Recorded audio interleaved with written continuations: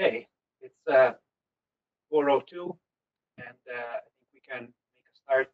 All of our panelists are here. I can see that participants are still logging in, but we will slowly start with the opening of this event before we move on to the discussion. So I'm sure people will have time to join. Ladies and gentlemen, welcome to UNIDIR's first webinar on cyber norms. My name is Giacomo Persipaoli. I lead UNIDIR's Security and Technology program, and I have the pleasure of being your host today for the first in a series of 3 events. We'll explore different aspects related to the implementation of cyber norms. The common thread across the 3 events will be exploring national lessons learned and good practices, norms implementation, really to support knowledge and information sharing on 3 specific issues which we believe speak to the intrinsic multi-stakeholder nature of norms implementation. The challenges of national coordination, which will be the focus of today's event, the relationship between public and private sector at the national level, then last but not least, the role of society. Before we get into the substance of the discussion, and while we wait a couple of extra minutes to allow more participants to join us, I will take the opportunity to introduce you to UNIDIR's Cyber Policy Portal. And this is with the hope that technology will assist me as I do that. The Cyber Policy Portal was launched by UNIDIR just over a year ago, early 2019, and it's really an open source platform that consolidates all available cyber policies, strategies, and regulatory frameworks at the national level. By all means, the CPP, as we call it, the Cyber Policy Portal, is an information sharing platform that supports transparency and confidence building in a complex domain such as cyber. We rely on information that is publicly available, but we're also in a regular contact with national government to ensure that the content that we produce on the portal is up to date. We have over 4,000 unique users visiting the portal regularly, and we have received very positive feedback from governments, industry, and civil society alike. The portal is also in constant evolution, and within the first 12 months, we have already expanded its content to include also profiles of regional organizations and other multi-stakeholder frameworks. Today, I will give you just a quick demonstration of how to use the portal to find out more information about a specific country. And in honor of our guest speakers for today, I will use France and Mexico as examples. You can select a country either by clicking on the map or by using the browse function menu here on the left. Once you have opened the country profile, you can see all the information somehow is grouped under 4 categories: cybersecurity policy, relevant national structures, legal frameworks, and cooperation or cooperative efforts. What we use these categories for is really to group all relevant documents, sources that you might find useful if you're interested in learning more about any given country's cybersecurity arrangement. They're all sourced, dated, and you can see at the top when each country profile was last updated. So you see, as you can see, 20, we try to stay as much as possible on top of development. You can either check the profile online, or if you wish to do so, you can download the PDF. Once downloaded, it would look like this. So you have the whole country profile with kind of detailed information presented to you with the relevant sources available as well. So a very useful tool for those that are interested in learning more about any country's cybersecurity arrangements. And these can be other governments that are interested in learning what peer governments are doing, but also civil society or industry that are interested in about any specific arrangement. Another very interesting function is the compare function that you can see here on the top right. Allows you really, this function allows you to visualize on screen in parallel 2 or more profiles. And I will use this function to really transition to the main subject of today's event, lessons learned and good practices in dealing with national coordination. So if, just for the sake of argument, we bring France on screen and Mexico, see, it's a very user-friendly interface that allows you to compare as many countries as you wish. And we now open the structure tab. You can already see how there is quite a number of national units, agencies, or departments that play some sort of role in the cybersecurity context. And this, of course, is very similar to what's happening in many other countries. And although national context can differ, it is likely that a common denominator, norms implementation, is the need to find effective coordination and collaboration mechanisms between national agencies. Sometimes this process goes smoothly. Sometimes it can be quite a bumpy road. Now, to discuss this topic with us today, I am joined by 2 very distinguished speakers, starting with Florian Escudié, who is the head of Strategic Affairs and Cybersecurity Department, the French Ministry of Europe and Foreign Affairs, and Isaac Morales Tenorio, who is the Mexican representative at the group of governmental experts on cyber or on developments in the field of information and telecommunication in the context of internet. And we're really pleased to have them with us today. And without further ado, before entering into the substance of the discussion, I have 2 last comments. The first one is on format. There will be no formal presentation today.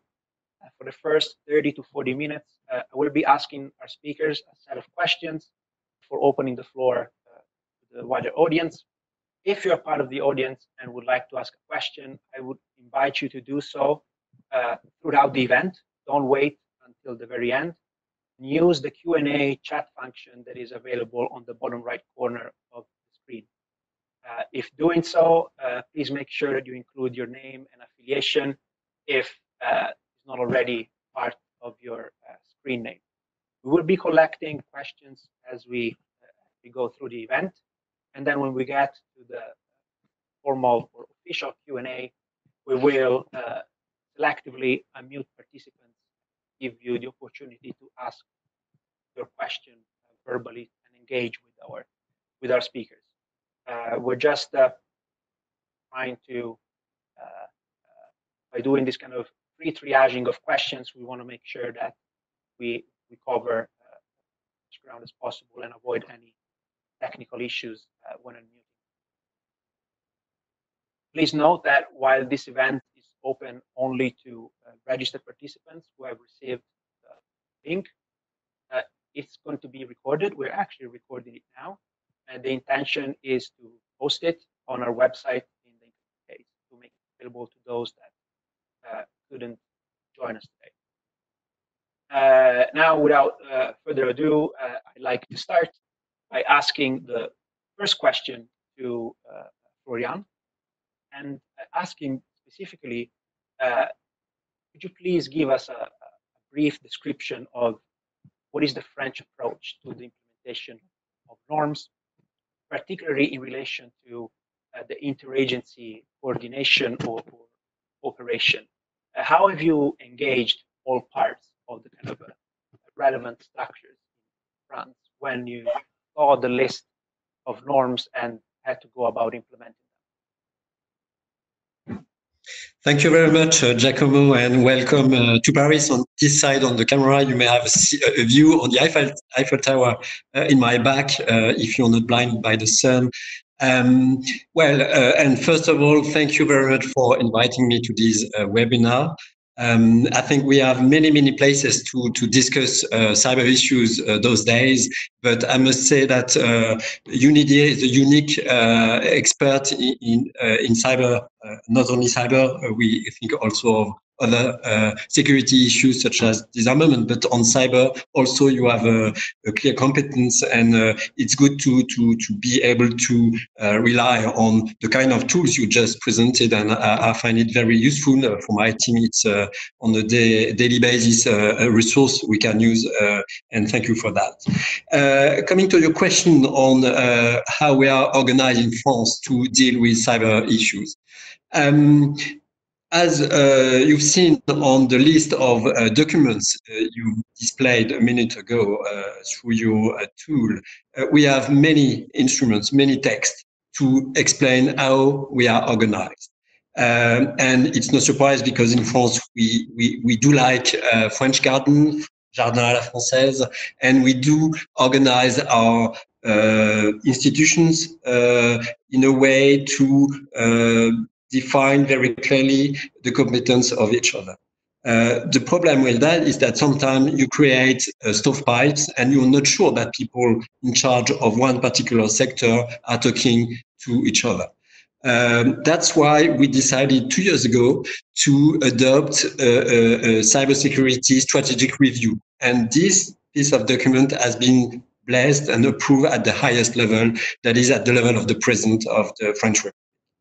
This document is very useful because, first of all, it delineates responsibilities within the cyber community in France between two categories. The first one is people in charge of the protection of our infrastructures and of users, by and large. This is in particular the Cybersecurity Agency. And on the other hand, you have people in charge of offensive action. That may be for intelligence purposes, so the intelligence community. That may be for security and defense purposes. So we have cybercom within the joint staff. And we have other range, other kind of people expert in the law enforcement, justice, judiciary, etc. But it's very important to keep that separation because it's for us, and as you know, this is not something you will find in everywhere, but it's a way for us to create some confidence and to facilitate the acceptance of the state intervention in the security of information system, in particular when it comes to talking to the private sector. And as you know, many actors in the private sector have a systemic role, and it's very important to have a dialogue. So that's the reason why we have this separation.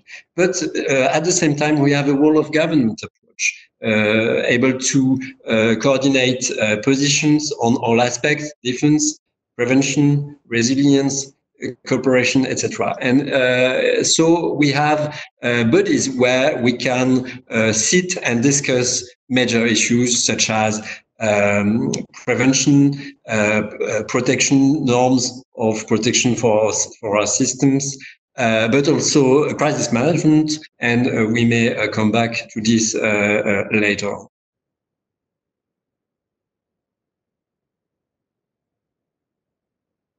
You have, yeah. So just to follow up on something that that really you have quite a well-developed and complex set of structures behind it. But if we try to turn back the wheel of time to when this was all starting, cyber, in relative terms, compared to other sectors, it's still on the emerging curve. Now, some countries might be ahead or behind in the curve, but it's still a relatively recent development.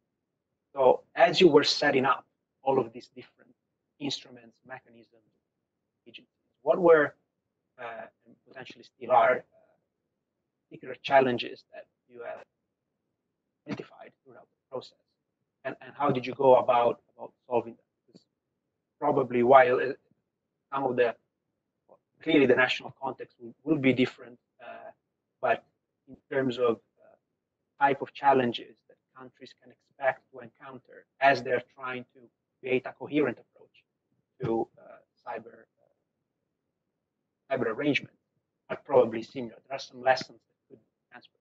So what is your view on that? Well, actually, we didn't start from scratch, and we have a strong tradition of centralization in the French state apparatus. So even before coming to specific cyber issues, we had already interagency structures dealing with security. And as a matter of fact, even at the highest level, we have on a weekly basis Security and Defense Council able to discuss many issues associated with security. So at the end of the last decade, when we started to professionalize and structure our cybersecurity system, the first priority, of course, was to concentrate on the protection of the system themselves, and within the system, on the state system, on the system of the ministries, for example. And gradually, we started to take on board other challenges not specifically related to the technical side of cybersecurity, but also touching upon security policy at large, national security. And that's when, for example, my ministry got its seat at the table, because we did realize that any cyber crisis would have an international dimension. And it was necessary to be able to mobilize the kind of instruments diplomats are used to use. That is, for example, to facilitate and to foster cooperation through international fora. That may be to suggest to the highest political level the use of some political instruments in the management of a crisis. And even beyond the management of a crisis, we did realize that diplomats have a genuine competence when it comes to try to build a regulatory system internationally to foster cooperation and crisis prevention. So our seat at the table was secured at that time. But at first, it was a challenge because for the technical experts, non-technical people such as diplomats were not particularly welcome. The same to some extent for our colleagues from the judiciary. Until quite recently, we did not have within our judges community people skilled and legitimate to deal with specific cyber, crimes with a cyber dimension. Be it classical cyber criminality or other kind of malign cyber behavior. And those people as well was invited to the kind of interagency fora I was referring to.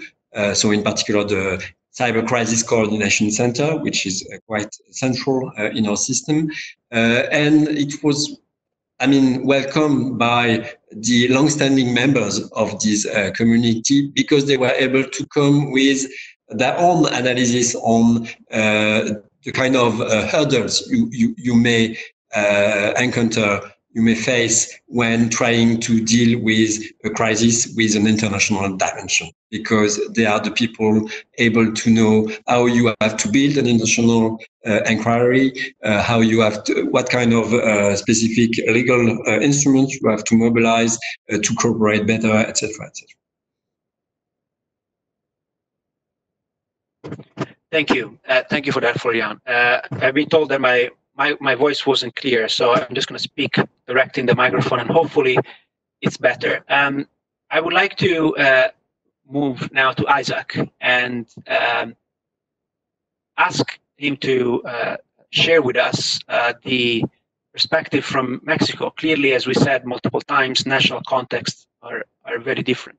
However, at some point, governments had to start thinking about how to deal with cyber issues and how to manage them at the national level. So can you please, Isaac, explain us what is the experience that Mexico has in this sort of like interagency coordination or collaboration?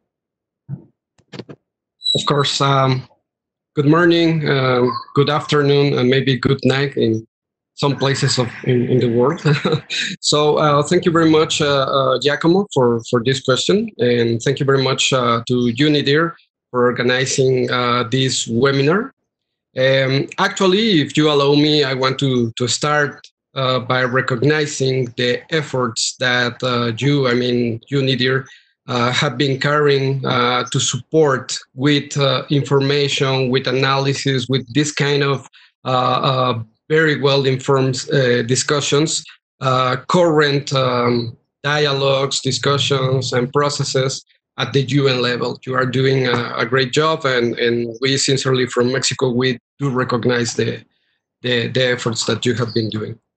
Regarding the very important question on actually the challenge of, as you mentioned to the title of this webinar, the challenge of national coordination. It's not easy to share as best practice or something like that our established national coordination, because, as you said, each country is different, and each national situation also on cyber, it's different. But we have to say, and we have to recognize that actually national coordination, from my point of view, is the very first needed CBM. I mean, the very first needed confidence building measure in order to establish appropriate responses and of course having appropriate communication to respond to the cyber challenges. And actually we have seen last weeks that the COVID-19 actually has accelerated the need to better coordinate and to better understand and to better respond to the cyber challenges, and in particular in the context of international security. In this regard, I can share with you that in Mexico, we do not have a national authority by law to attend the whole agenda, the whole challenges of the cyber domain. We do have, of course, those national authorities in charge of national security, in charge of public safety, attending day by day all these challenges. Nevertheless, we do have a very active, and if I may say, very functional interagency committee. What it's very interesting of this interagency committee is that every agency has voice, and every agency can invite other agencies to make decisions. I mean, we do not necessarily have a hierarchy within the agencies represented at this committee, a specialized committee on cyber issues and information security. Of course, in this committee, we do have representatives from the National Guard. Actually, from the public safety, they are in charge of what we so-called CERT-MX, the response team of Mexico. We also have the defense sector, the Army represented in this committee. we do have the law enforcement agencies, the judiciary, we do have also the intelligence sector, we do have the interior minister, but also we do have representatives from very strategic sectors from our country. For instance, oil, the oil sector, the energy sector, the economy sectors, all of them are represented. Also the bank, they are represented in this committee. And what is, at least for me, I mean, coming from the Ministry of Foreign Affairs, it's the most interesting that we do have also the Ministry of Foreign Affairs represented in this Interagency Committee. I see this like the way where technical people with policy people, if we can say so, they establish appropriate dialogue. It is very common that addressing cyber challenges and cyber issues, we do have very interesting discussions only from the technical side, or we do have very interesting discussions only from the policy and, I mean, the political side. So in this committee, we do have both technical side and policy side. And actually, we discuss within the committee both technical priorities and technical needs and policy priorities and policy need. And so it's very functional, as I said, because we can put on the table a particular concern coming from a very specific agency in order to be addressed and to be discussed and actually to make decisions on this particular issue from the rest of the government agencies. And if you allow me, I just want to put on the table that exactly that is the way that the Ministry of Foreign Affairs is dealing with the international, the increasing international discussions on cyber. And actually the decision made and the agreements coming from the international side. I mean, coming from the UN or the regional organizations.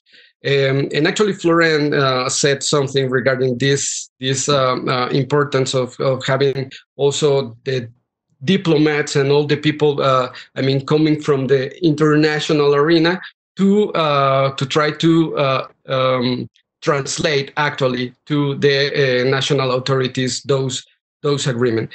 And we, from the Ministry of Foreign Affairs, we have had the opportunity to transmit in a very concrete manner to all these interagency committee and all national authorities, at least four basic principles, if I may say, and I want to share with you. First, the importance of multilateral agreements and the multilateral discussions. I mean, the Minister of Foreign Affairs putting on the table this principle of the importance of taking serious the commitment on implementing all those agreements and taking into account those discussions. Second, of course, the reaffirmation of international law to cyberspace, to cyber domain, to all the activities on cyberspace. This is very important because in Mexico, we do recognize international law. I mean, all the instruments, international instruments, which Mexico is part of those, we do recognize them as internal law, you know, at the same level of our national constitution. Third, we have had the opportunity also to transmit and to put on the table the importance of consider the confidence on international cooperation and the prevention of conflicts, the tools to address the cyber issues. Being confident of international cooperation and bilateral, trilateral, or international dialogue, it's very important from the prevention of conflicts approach. And finally, the need to implement not only the norms. This is important to me to say, because for us it's not only the 11 norms coming from the 2015 GGE report, but actually the whole agreements coming from the previous GGE. And what we are talking about, it's the CBMs, the capacity building, and actually the concerns on the trends and the threats, etc., etc. I mean, all those agreements for us, they make a comprehensive understanding of the challenges posed by the cyber domain, and then we do have to implement, and we do have to make big efforts in order to attend all of them, not only norms, but norms in link to the rest of the agreements and discussions coming from the UN and international levels. Finally, regarding the work with relevant stakeholders, I mean, beyond the government, beyond the federal government, because this is other complicated process. I mean, in Mexico, we do have a federal structure, so we do have a federal government. In this committee works at the federal level, but also we do have 32 different administrations, local administrations, and it is important each of the agency to engage with each of them. So this is more complex. But regarding the work with relevant stakeholders, civil society, private sector, academia, I have to say that this collaboration is more informal, absolutely informal. At this moment, we don't have a coordination mechanism. This coordination mechanism that I have described already includes only government, only agency. It's an intergovernmental agency process, not other stakeholders. Nevertheless, we have successful experiences in this informal dialogue or this informal engagement with other stakeholders. For instance, a couple of years ago, when discussing and elaborating our national cybersecurity strategy, and by the way, of course, you will find it in this very important portal. Nevertheless, we are updating, we are working in order to have new considerations, new strategies in this regard. But when discussing this national cybersecurity strategy, we held a public consultation with relevant stakeholders. It was we were enthusiastic of having a lot of comments, and it was interesting that those comments came not only from the specialized sector, if I may say, but for instance, a couple of organizations of lawyers, etc., not necessarily engaged with the cyber domain and with the cyber discussions, but you know, bringing and putting on the table some comments on these issues. It was important for us that we discover the importance of the cyber discussions to the whole society, not only for the specialized sectors, including government, civil society, specialized civil society, specialized private sector, etc., etc. No, but the whole community. So maybe it's not necessarily only in the case of Mexico, but maybe the best challenge that we face regarding the need for better collaboration and better ways of common implementation of agreed norms and international agreements is developing better or more formal ways of get appropriate communication and collaboration with those multi-stakeholders.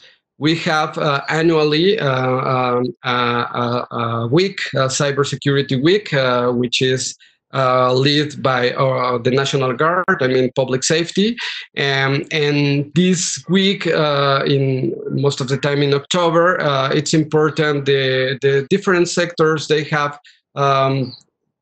the floor, they have the opportunity to share views, etc. But maybe we do need to develop something more in a formal way, you know, like the committee, the active committee that actually I just share is functioning. Thank you.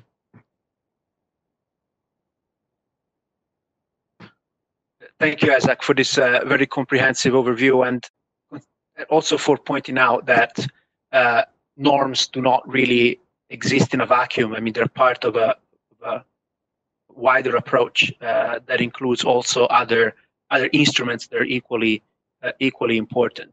You have already answered what my next question was going to be around challenges and what was your perceived main challenge. And I understand that finding a way, an efficient and effective way of engaging with a wider pool of stakeholders that are outside of the public sector is can be a challenge.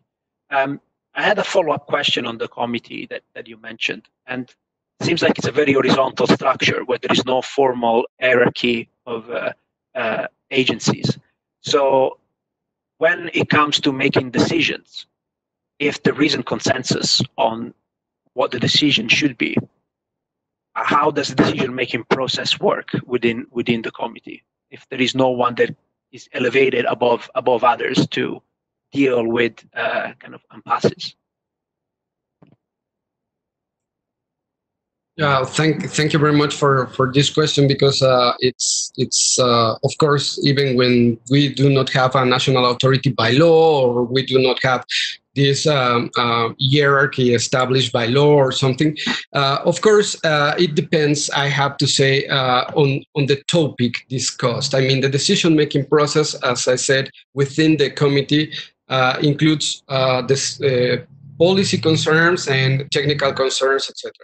So, for instance, if something is regarding public safety or cybercrime, etc., then the authorities leading these issues, such as the National Guard and the CERTEMEX, they, of course, will lead the decision-making process.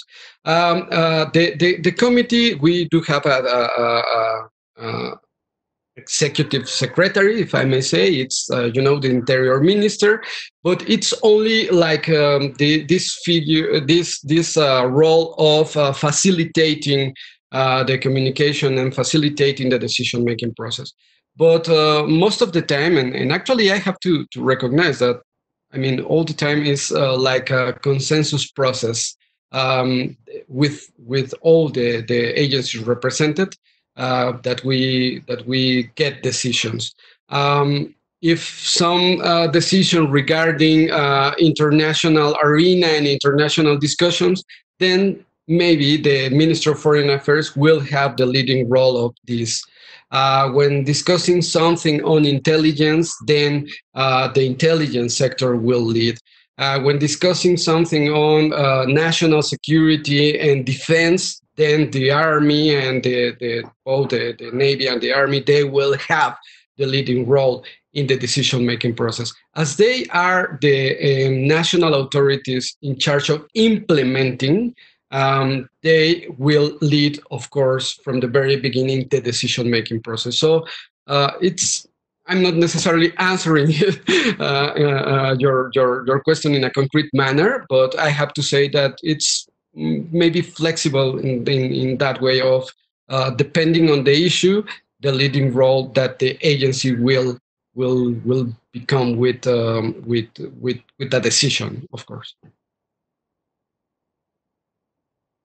Thank you for elaborating on that. I'd like to go back to Florian right now and ask you two questions. One is we've heard from Isaac the importance of engaging with multi-stakeholders outside of the public sector. And while I would not want to kind of diverge the focus on national approaches and internal coordination, I think we're really interested in knowing more about the French approach to multi-stakeholder engagement. I know really is talk about the Paris Call, if you like, or any other initiative that France has been championing when it comes to outreach to multi-stakeholder. And the other question that I had, and you can feel free to combine the two answers if you so wish, is about, if you look back at the process that led France to be in a position where it is now, what would you identify as the biggest success or success story? A problem that was identified and solved, or a key milestone in achieving the ways of working that are in place today? Thank you for the question. As a matter of fact, I was about to pick up Isaac's point on the exchange with the private actors and the non-state actors. So your question is very welcome. Your first question. Well, private actors actually are interesting for us in three regards. First, they may be the victims of cyber attacks, and it's very important, of course, to reach out to them with a view to remedying to attacks and to accompany them in trying to avoid that further attacks may occur to them in the future. Second, they may be the vehicle of attacks. And of course, this is not all of them, but we have providers of infrastructures that may be hit by attacks or that may be used for assembling the infrastructures for attacking third parties. And that, again, is very important for that kind of private actors, that we have the right kind of dialogue with them to put in place the kind of tools necessary to avoid that such thing happen, but also to, in case of such an attack, we can cooperate easily with them in the course of the attack to put an end to it and to try to discover the kind of material we need to stop the attackers and to punish them. But there is a third reason why we should have an interest in them. This is that in some very minor cases, those private actors may be responsible for attacks, or at least for nourishing a growing instability in the cyberspace. And I would like to point out to an initiative we took together with some other member of the open-ended working group.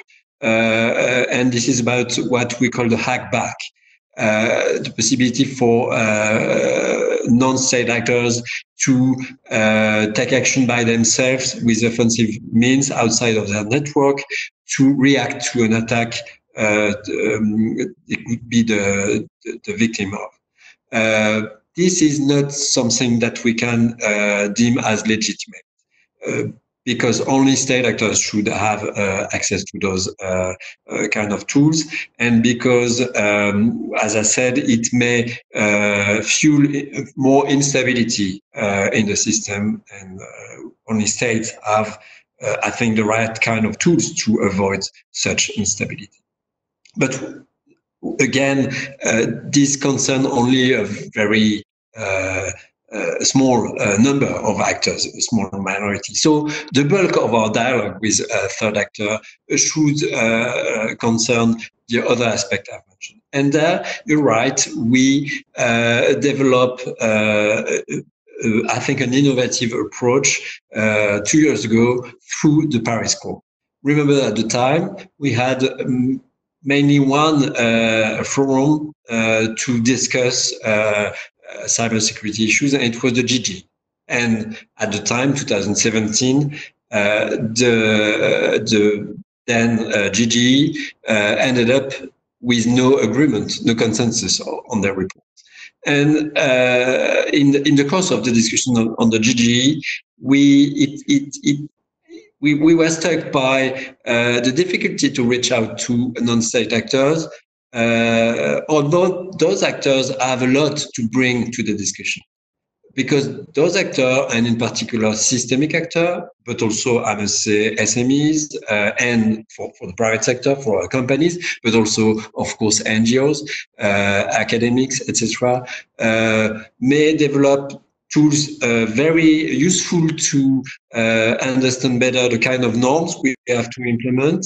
There is the UNIDIR directorate you just presented, but I think also of the GCSC report trying to elaborate on some norms. We have private actors trying to share good practices in trying to build up, to beef up the cybersecurity processes within their systems, trying to contribute to education and capacity building wherever it's necessary. So for all that reasons, it was good to have, I was about to say a Bible, I will be more modest, but at least a reference document where we say, first, we want to work together to collaborate on this question of norms and on how we avoid more violence and more instability in the cyberspace, because cyberspace is our common good. And then to go more into details, the main category of norms we should agree on to develop, and these are the 9 principles of the Paris Call. So I think the Paris Call has been a success, but and in particular because we have today more than 1,000 supporters of the call, more than 80 states are supporting it, but we have also thousands of people, hundreds of representatives from the private sector or NGOs. And but this is not the end of the story. This is only a starting point, as far insofar as the Paris Call is a vehicle to continue that conversation and to create some kind of community to pressure state-only conversation within GG in particular, or open-ended working group, even if the latter is maybe a bit more open to non-state actors. Regarding your second question on what I would deem as our key success, well, it's difficult to say because we have already many successes in various fields. I think that we managed to beef up the level of cooperation in many international organizations around cyber issues, be it regional organizations such as the European Union, where we are now I think we have a shared grammar on what it is that we have to undertake at national level to have a proper cybersecurity environment for our operators. So this is in particular what we call the NIS directive. And also to develop common tools to react jointly to some events that may occur or crisis in the cyberspace, and this is the EU Cyber Toolbox. So we are very attached to that kind of instrument, but it's not only the EU where people are by and large sharing the same objectives. It may be broader groupings of countries such as the OECD, where we have also, of course, a lot of values in common, but also probably more differences, more nuances. And in such an organization as the OECD, we've been able so far also to discuss ways to rise the level of common understanding on cybersecurity challenges, on norms. And I take here one example because this is something we've been trying for some months to push. This is what we call the CBM, the Confidence Building Measures 15, regarding the protection of key infrastructures and how we build confidence around that. Through very concrete discussions, for example, we're trying to agree on the fact that it's very useful to develop severity scale of attacks to be able to know how to react to attack hitting our infrastructures. Once you know why such an attack is important, and first of all, whether it's important, it's severe, you're better placed to ask the right question to other countries you want to cooperate with, or other countries or actors you suspect They have had a role in the attack, even a passive role, because they have not been able to uphold the due diligence principle. Starting with a very concrete point, such as protection of infrastructures and the severity scale scheme, etc., we've been able, I think, to start to converse. That's something very useful. Once again, we have a lot of very concrete initiatives we've taken. We will maybe talk a bit about the G7 initiative later on to illustrate the kind of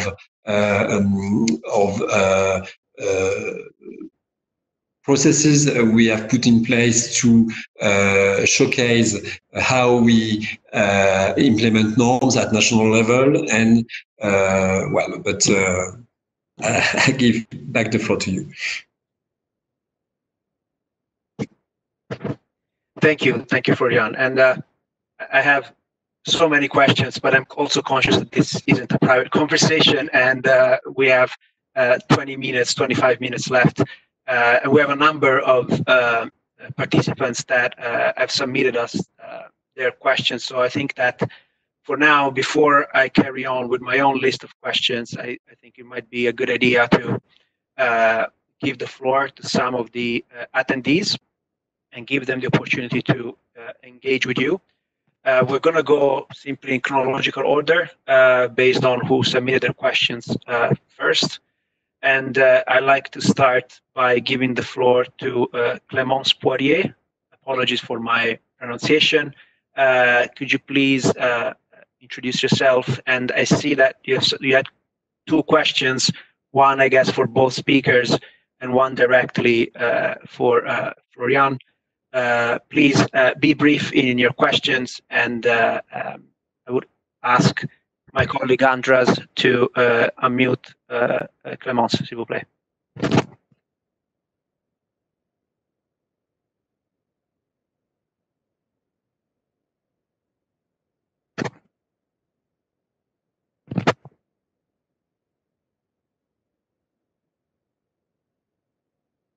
It's still muted.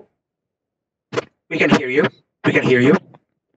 Oh, okay. Hello. Hi. I'm a student at the University of Lyon, and I'm doing my thesis on the interconnection between space and cyberspace. So I'm studying the cyber norms on satellites specifically. So I was wondering if you see that the debate on cyber norms, especially the application of international law to cyberspace, is kind of shifting to the space sector as satellites are increasingly connected to the internet, or that cyberspace or critical infrastructure are relying on space-based systems. So that would be my first question. And my thesis is focused on France. So I was wondering, does France consider that international law apply to cyber attacks on satellites? Because the official paper on the application of international law to cyberspace that was released by France doesn't specify that. So I was just wondering. Thank you so much for this webinar. Florian, you want to go first, and then we'll ask Isaac to comment on the, if he has any comments on the interconnection between space, like outer space, and cyberspace. Well, thank you very much, Clémence, for your question. I think it's a great topic for your thesis to try to go deeper in the question of the interconnection between space and cyberspace. There are some similarities between both spaces, actually, as you know, insofar as first, those spaces are spaces on their own and with relevance to our security. There are spaces where there is a lack of understanding of what kind of regulation should apply them. And I'll go back to your question on the international law applying to satellite. And thirdly, and it's key, I think, there are two spaces facing some sort of a turmoil or a revolution. We have capabilities developed by growing numbers of actors that may change completely the way the spaces could be used, including against our security interests as states. There is a risk of escalation of violence in the spaces. And this is obvious with the new space. We have a number of non-state actors involved with growing capabilities as well, and it has to be duly taken into account, and we have to discuss with them the use we want to do of space, because space as cyberspace are some common goods. So regarding precisely your question on cyber norms and satellite, you're right that there is there again an interconnection because I think, for example, of this new generation of satellite constellation developed both by private actors or newcomers and more traditional satellite providers or owners. But both categories of actors are interested in IoTs in particular, and we have so new constellation dedicated to that, but also the classical geostationary satellite are also concerned by the need to protect the signal and to make sure that they are not hacked to provide hacked content, for example, when it comes to TV broadcast or something. In that regard, I think I'm not sure that we have developed a dedicated set of norms to that category of assets, but definitely the main principles we develop, in particular through the Paris Call, or the main norms we've discussed in the GGE, are relevant when it comes to satellite. To name only one, which is not a GGE supported norms, but more something in the development, I think, of the protection of the core of the internet. As far as satellites are linked to and are a part of this internet system, there is a need to protect them. I'm not saying they are part of the core or the public core of the internet, but it's something experts should look into more precisely. Regarding your question on the application of the international law to the protection of satellite against cyber attack, I think it's definitely something we think it's relevant. As you know, we do think that international law, and in particular international humanitarian law, applies to the cyberspace. And when someone carry out an attack against a satellite through cyber means, I think that we can say that these attacks is carried out through the cyberspace, and in that regard, there is no question such an attack is forbidden by the international law under certain circumstances.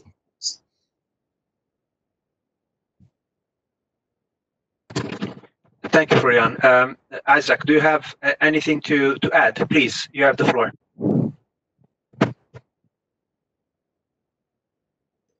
Oh, Thank you very much. And just to build upon what Florian already said, actually, it's really interesting the way that you, Clemens, are understanding or are addressing the cyber issues, and in line with also the discussions on outer space. And first of all, I will invite all of us to consider the cross-cutting nature of the cyber domain. Actually, the cyber domain not only is linked to the cyber itself, but also it's linked to outer space and all kind of domains. And this is challenging, of course, but in a more visible manner.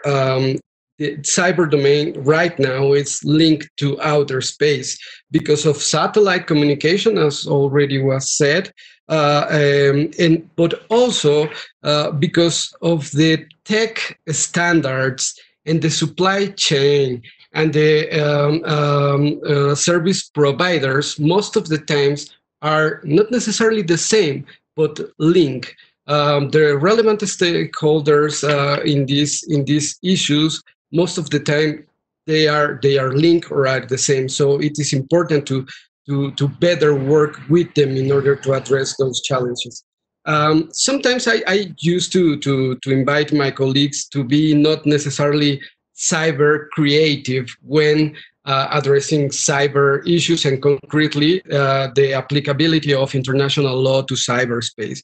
What I want to say is that actually I prefer to first see the current tools and the experience that we already have to other domains. For instance, at the UN level, we have important experiences. We have our organs, we have decision-making processes, fora, etc., on the whole international security agenda. And then it is important to see how those tools, including CBMs, including standards, including norms, etc., to other domains have been working to think then its applicability, their applicability to the cyber domain. It's not necessarily we do not need necessarily to develop all from zero law, standards, norm, tools, CVMs, etc. to cyber only, but recover all issues and all tools that have been working for years. And this is the case on the comparison or the current discussions with cyberspace and outer space. Thank you.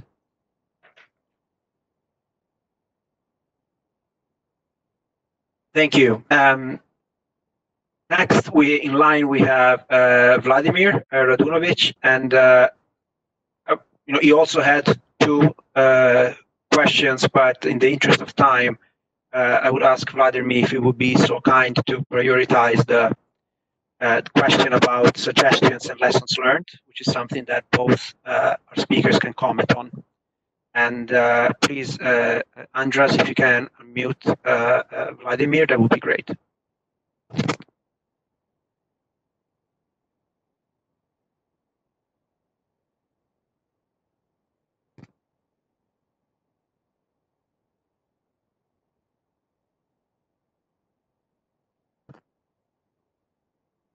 All right.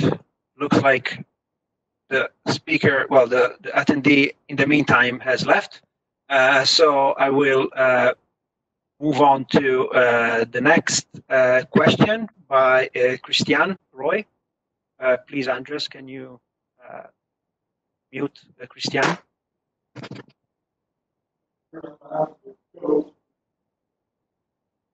Still muted.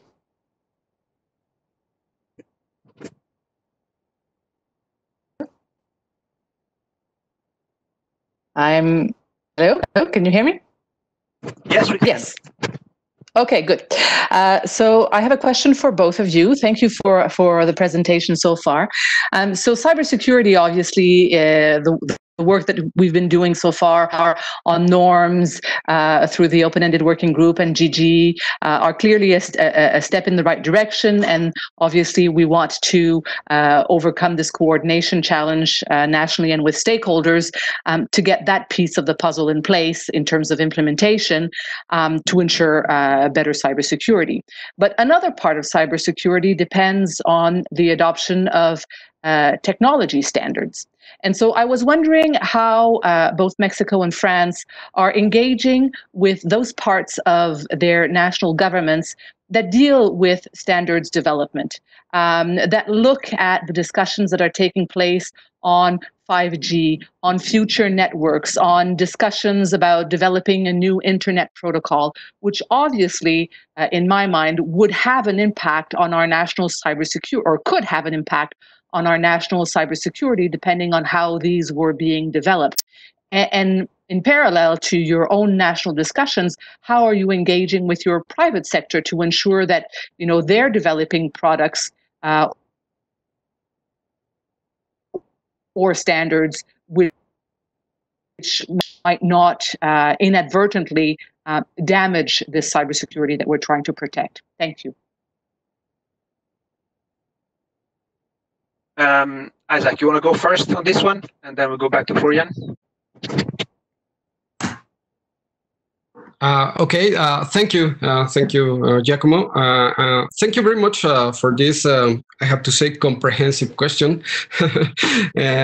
Also inviting us to think again our national coordination efforts.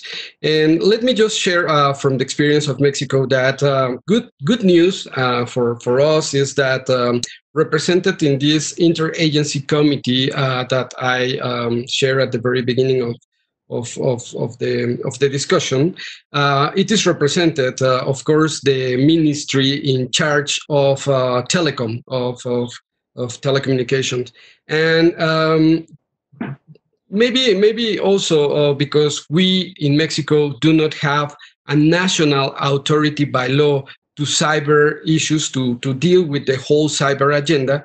This ministry in charge of telecom is also engaged to both to the discussions on cybersecurity and the developing and the implementation and the elaboration of standards. Standards, by the way, on, of course, the tech standards itself, but also those applicable to the supply chain and those applicable to the service providers. This ministry in charge of telecom are in dialogue and in constant communication, appropriate communication with the National Institute, which is, by the way, it is at the federal level, but is an independent organ of telecommunication, the National Institute for Telecommunication. And this institute is in charge exactly to deal with all the standards and the development of them and to transmit at the national level, the private sector, to the relevant stakeholders, those standards. So what I said is good news. In this committee, we have the tech people dealing, or representatives of these tech people dealing with the discussions currently in ITU or in all the discussions of the Internet Governance Forum, the all kind of committees and standardization discussions, processes, and fora. And not only at the UN level, also or at the regional level. I mean, in North America, with the agreements with Canada and US and Mexico, and also at the regional level within the OAS and the CITEL, I mean, the committee dealing with telecommunication at the regional level in the OAS, etc. And it's maybe important to me to say that I consider your question very important because we always, at the international level, we always call for breaking the silos when discussing cyber issues, and particularly when discussing cyber in the context of international security.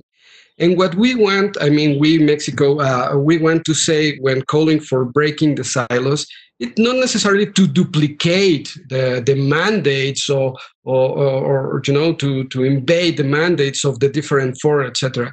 But at least being in touch and at least discussing and knowing what is happening at this moment at the ITU, GGE, open-ended working group, and actually more regional discussions, such as the CBM's working group that we already have within the OAS, for instance. So it is important for us to call for breaking the silos in order to understand what the complex and what the better response will be to the current challenges to cyber. Thank you. Florian, you want to make a brief comment on this issue of standards as well? Well, thank you. Actually, I didn't get Christine's question because I lost the signal, but I think I can guess what it was from Isaac's response. In France as well, we do consider that there is a need to coordinate with the more technical people or institutions in charge of standards to discuss matters for discussion in such forums as the ITU. To be clear, there are very, very technical issues around, for example, internet protocols at stake in those forums.